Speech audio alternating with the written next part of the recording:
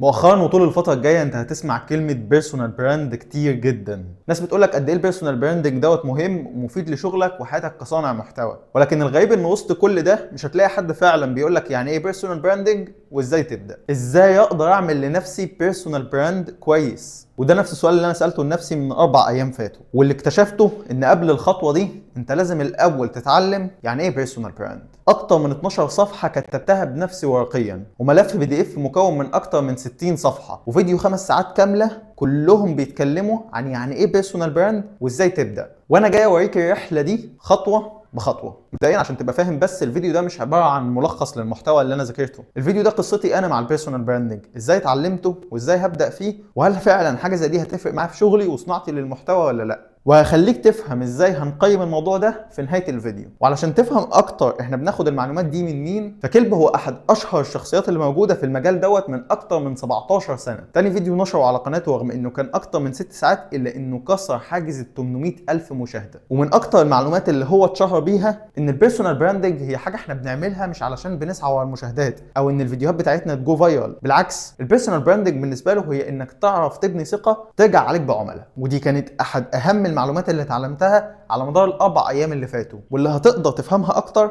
على مدار الفيديو ده. خلينا نوقف كلام بقى ونبدا شغل على طول، ولا ايه؟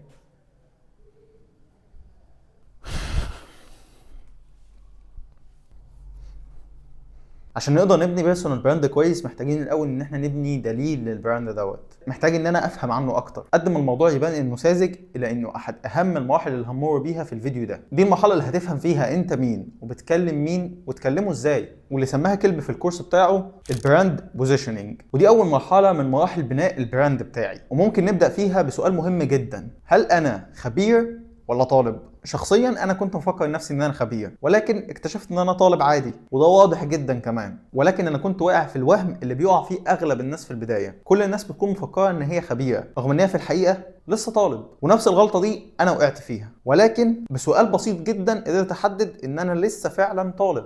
والسؤال ده كان: هل انت فعلا قضيت سنين كفايه تقدر تقول على نفسك فيها انك عملت شغل قوي جدا وحققت ارقام كبيره جدا واشتغلت مع براندات او ناس عملاقه في المجال ده؟ لو اجابتك ايوه فتمام، انت كده خبير. لو اجابتك لا فلا، انت لسه طالب. والخطوه الاولى ليا انا كطالب هي اني ابدا اجهز بنك الاهتمامات بتاعي. وبنك الاهتمامات مكون من 4 نقاط اساسيه، هدفها اني اظهر بيها شخصيتي واعرف الناس عني اكتر. وده اكبر مصدر من مصادر الافكار اللي هنبني عليها المحتوى لفترات جايه قدام كتير، لانه مكان فيه كل المعلومات اللي انا جاهز اني اشاركها مع الناس في العلن. والنقاط ال4 دي هي فضول، تجارب، اسئله، ملاحظات. نبدا بالفضول. كل نقطه من النقاط دي انا هكتب فيه من 3 ل 4 عناصر. يعني مثلا في الفضول انا كتبت AI editing، صناعه محتوى، وسكريبتنج. دي الحاجات اللي انا فضولي فيها. لو لقيت التوبيك بتاع اي عنصر من العناصر دي موجود في اي حته اكيد هسمع له واكيد هتفرج عليه واحب ان انا اتعلم عنه. والتجارب تقريبا هي نتيجه الفضول. لما بتعلم حاجه جديده او الاقي حاجه جديده في العناصر دي انا هبدا ان انا اجربها، اختبرها واشتغل عليها. ومنها تيجي الاسئله، الحاجات اللي انا بحاول افهمها في رحله التجربه. ومن التجربه برضه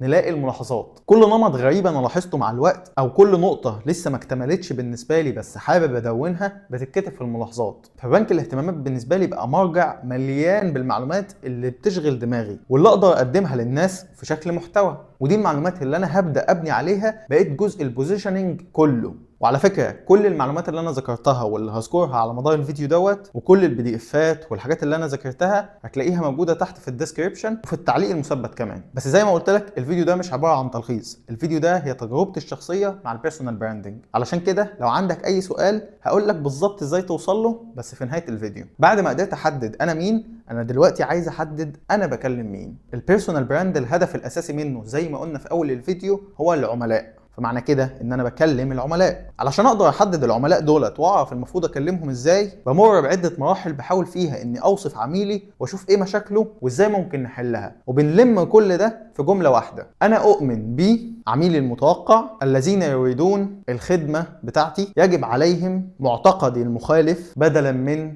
المعتقد السائد في المجال. وبكون الجملة دي وبوصل لها عن طريق وصف مشاكل العميل بالتحديد، ودي في نفس الوقت هتكون هي الخدمة اللي بقدمها للعميل. العميل بيبقى محتاج ان هو يلاقي شخص يحل له مشكلة هو بيواجهها في البيزنس بتاعه، فمعنى كده ان لو عرفت ايه مشكلته وازاي احلها له بقيت قادر اقدم خدمة للعميل ده مقابل فلوس، واوصل للمعلومات دي عن طريق ان انا اقول انا العميل كذا ومشاكلي هي كذا. مثلا ممكن اقول انا صانع محتوى ومشاكلي اني ببذل مجهود كبير جدا ومش بلاقي نتيجة في الاخر. صانع محتوى وده العميل المتوقع، فيديوهاتي مش بتوصل رغم اني ببذل مجهود ودي المشكلة المؤلمة اللي محتاجين نلاقي لها حل. وبعد ما اكتب حوالي 10 او 15 مشكلة مؤلمة للعميل بتاعي محتاج اني اجيب حل للمشكلة دي، وده لازم يكون بطريقة مختلفة عن المجال اللي حواليا، وده عن طريق اني اشوف ايه المعتقد السائد في المجال واحاول الاقي ايه الحل المتميز بتاعي للمشكلة دي وايه اسلوبي انا شخصيا في التعامل معاها. زي مثلا انا قلت اني بدل ما بركز في صناعة المحتوى على الخوارزميات انا بركز على اني انتج محتوى متكامل مدروس في السكريبت بتاعه واختيار فكرته والصمنيل بتاعه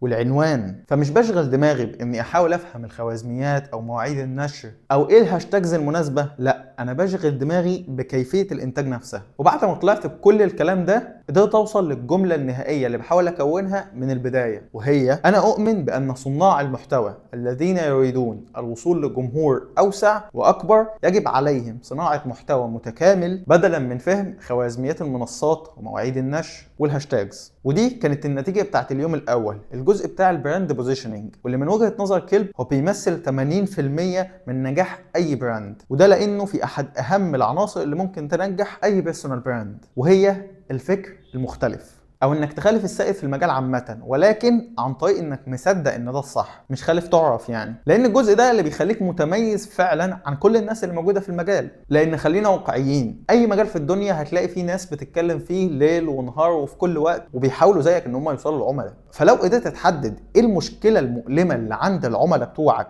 وازاي انت ممكن تحلها بطريقه مميزه ساعتها هتقدر توصل للعميل، وساعتها هتبقى قدرت انك تبني فعلا بيرسونال براند ناجح. واهم حاجه انا قدرت اطلع بيها من اليوم الاول كانت تحديد رؤيه البيرسونال براند بتاعي. الفكره انك تصنع براند بتحبه شغوف بيه وتتشرف انك ترتبط بيه او اسمك يرتبط بيه دايما، مش براند مبني على شغف انت ما بتحبوش ولا كلام انت مش مؤمن بيه اصلا، ولا براند مبني على الترندات، لا براند انت بنيته على شغفك وحبك لمجالك. وخليك فاكر ان عشان تبني بيرسونال براند ناجح مش لازم انت جو فايرال، بيرسونال براند الناجح هو اللي بيبني ثقة مع العملاء تزود دخله، وتقدر بكل بساطة انك تعمل كل ده عن طريق انك بس تكون انت. وقبل ما نروح لليوم التاني في مثل بيقول الزن على الودان امر من السحر. المعلومات اللي انت بتجمعها دي كلها انت محتاج تطلع منها جملة واحدة بس انت جاهز انك تقولها ليل ونهار وانت قاعد مع اي حد وفي اي فيديو، لانك هتعمل كده فعلا. انت لو عملت حاجة واحدة بس لاكتر من مرة صدقني الناس عمرها ما هتنساها وهترتبط بيك دايما. علشان كده بقولك من الاول حاول تبني براند انت بتحبه، لان الناس هتربطك بالحاجة اللي انت بتكررها لهم، اللي انت بتعملها علشانهم، اللي انت بتقدمها لهم. فعلشان توصل للنقطة دي انت محتاج انك تعمل جدول تقسمه نصين، تكتب في جزء حاجات تحب ان هي ترتبط باسمك، وفي الجزء التاني حاجات تحب ان يتعرف انك ضدها. والهدف من الجزء دوت هي انك تبني فكرة عند الناس عنك تفضل تكررها لهم مرة واثنين وثلاثة عشان تأكدها عليهم وبيها يبدأوا يثقوا فيك. انا مثلا كاتب اني احب ان انا اتعرف اني ملتزم بالمبدأ الديني، ما بشتغلش اي شغل فيه موسيقى ولا متبرجات. دي حاجة انا مستعد ان انا اقولها ليل ونهار وفي كل فيديو وفي اي حتة ومع اي حد.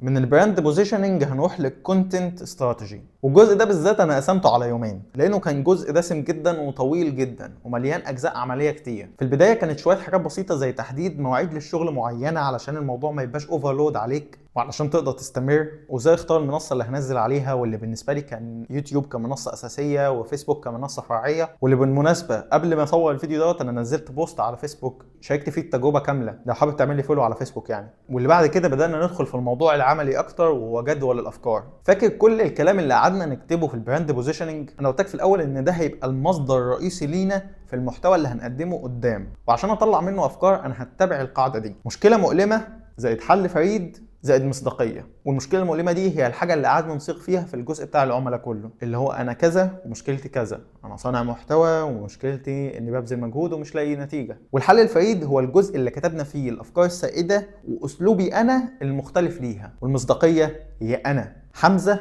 كشخص خبراتي واسلوبي وحياتي، ومن كل ده بنقدر نطلع الفكره، ومن الفكره نبدا نروح للتغليف. وبصراحه الجزء ده انا اتكلمت عنه في فيديوهات كتير قبل كده، غالبا هتظهر لك في الاي اللي هنا او هنا، مش عارف يعني، بس المهم ان هي هتظهر لك. ولكن رغم اني عارف قيمه الموضوع دوت واتكلمت عنه في فيديوهات قبل كده كتير زي ما قلت، الا اني لما سمعت الجزء ده في الكورس انا فعلا اقتنعت باللي هو بيقوله. التغليف هو القالب اللي بنحط فيه الفيديو بتاعنا علشان نقدر نقدمه للناس، وهو العنوان والثمنيل. وفي الجزء ده بقى، ودي الفكره اللي كانت مختلفه او جديده بالنسبه لي، ان هو اقترح اني اعمل مكان او زي مكتبه اقدر اوصل لها في اي وقت، اجمع فيها اي حاجه ممكن تجذب انتباهي وانا بسكرول بس على يوتيوب. يعني هو مثلا كان بيقول ان هو يوميا بيفتح يوتيوب ويقعد يسكرول لاكونت جديد خالص، واي ثمنيل او عنوان بيجذب انتباهه بياخده سكرين شوت ويشيله في المكتبه دي. ودي كانت الفكره الجديده بالنسبه لي، واللي بصراحه عنده حق فيها جدا. مهما كان المجال اللي انا شفت التغليف بتاعه، بطريقه ما ممكن نخلي التغليف ده يناسب المحتوى بتاعي انا. يعني مثلا لو لقيت فيديو بيتكلم عن الطب مثلا وجذبني التغليف بتاعه، ولكن انا بتكلم عن الفيديو اديتنج، بطريقه ما اقدر اخلي التغليف ده يناسب الفكره بتاعتي. ودي كانت الفكره الجديده اللي خدتها منه، وما ادركتهاش غير لما ذاكرتها وفضلت افكر فيها بقيه اليوم تقريبا. وساعتها كانت نهايه اليوم الاول من الجزء ده، واللي هي تقريبا كده بقت اليوم الثالث او حاجه من المشروع كله. يعني اليوم الثاني ما اختلفش كتير عن اليوم الاول، كان في شويه معلومات مش عمليه قوي، وكانت اهم المعلومات اللي قدرت اطلع بيها من اليوم دوت هي قاعده الاربع سيهات او الفور سيز على رايه يعني، واللي هي عباره عن 4 حاجات لو اتوفرت في الانترو بتاع الفيديو بتاعك المشاهد هيتحمس ويحس ان هو عايز يتعلم منك اكتر وهيكمل معاك الفيديو للاخر. والاربع حاجات دول هما الكول اوت الكورودابيلتي والكومبوس والكور ليرنينج. ما تقلقش هتعجبهم، انا شخصيا قراتهم بالعافيه. لو خدنا الفيديو بتاعي كمثال مثلا، هتلاقيني في اول الفيديو فعلا عملت الاربع حاجات دول. انا في الاول خالص عملت الكول اوت، واللي هو ترجمته الحرفيه النداء، ولكن هو ان انا بالظبط احدد الفيديو ده لمين. في بدايه الفيديو تلاقيني قلت انك سمعت كلمه بيرسونال براندنج كتير الفتره ديت وهتسمعها كتير الفتره الجايه، فمعنى كده اني بخاطب الناس اللي مهتمه بالموضوع دوت او سمعت عنه قبل كده. الكلمه الثانيه اللي هي صعبه اقراها ديت اللي هي الكريديبيليتي، ودي لما قلت لك كل المعلومات اللي انا اعرفها عن كلب، واللي هو قد ايه هو كبير في المجال بتاعه، ليه خبره 17 سنه، الفيديو الثاني بتاعه حقق ارقام كبيره، وقلت لك ان انا قعدت اجمع كل المعلومات دي في 7 ايام او في 4 ايام، وقعدت ذاكرتها وهقدمها لك في الفيديو ده. والكومبوس او البوصله، ودي قصة الفيديو اللي انا قلتها لك في الاول خالص، اني هعيشك معايا الرحلة بتاعة تعلم المحتوى دوت او تعلم الجزء ده خطوة بخطوة، وهنشوف اذا كان البيرسونال براند فعلا بيأثر في الشغل ولا لا. والكور ليرنينج هي الحاجة اللي هيستفيدها المشاهد من الفيديو دوت. لازم انا اقدم له حاجة مفيدة جدا من البداية خالص، لازم انا اقدم له معلومة يحس ان هي قيمة جدا تفرق معاه، علشان ساعتها هيسأل نفسه لما المعلومة المهمة جدا دي اتذكرت في البداية، امال ايه اللي جاي في بقية الفيديو؟ ساعتها هيكمل معاك الفيديو لحد الاخر. باختصار الفيديو كله قائم على الهندسة العكسية للهدف. ايه الهدف اللي عايز اوصل له او احققه؟ وانا بحقق الهدف ده انا محتاج ابقى معروف بايه؟ الشهرة او السمعة بتاعتي تكون ايه؟ طب ايه المطلوب مني عشان اتعرف بالحاجة دي؟ طب اتعلم ايه عشان اعرف ايه المطلوب مني عشان اتعرف بالحاجة دي؟ وبكل ده اوصل للهدف. يعني ببساطة لو جبناها من الاول، لازم اتعلم ايه عشان اعرف مطلوب مني ايه، علشان اتعرف بايه عشان اوصل لايه. وبس. خلصت اليوم التاني بحوالي 12 صفحة كتبتهم على مدار 4 ايام، و3 صفحات نوتس، وشات على وشات على